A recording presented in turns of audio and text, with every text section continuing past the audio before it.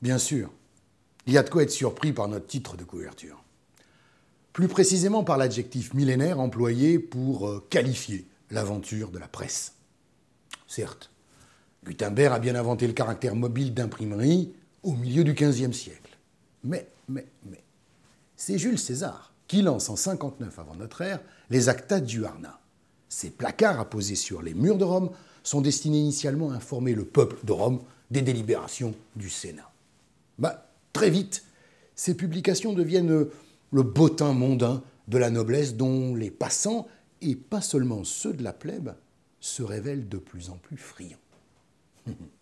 Voici l'esquisse de ce lien si particulier, quasiment affectif, terriblement exigeant, entre les lecteurs et leurs journaux. La Renaissance en est la révolution industrielle autant que culturelle, mais c'est la fin du XIXe siècle et surtout la majeure partie du XXe siècle qui en font un phénomène de masse. Autre temps, autre mœurs.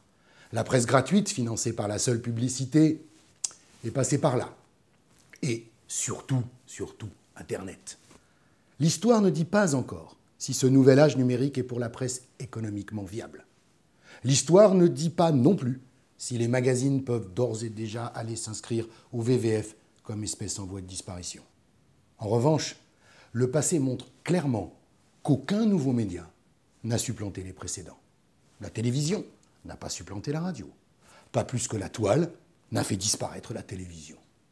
Alors, au lieu de se lamenter devant les inconnus, et donc les angoisses, de ce qui ressemble fort à un tournant de civilisation, mieux vaut préserver l'essentiel, ne pas perdre son âme, ni notre vocation à informer.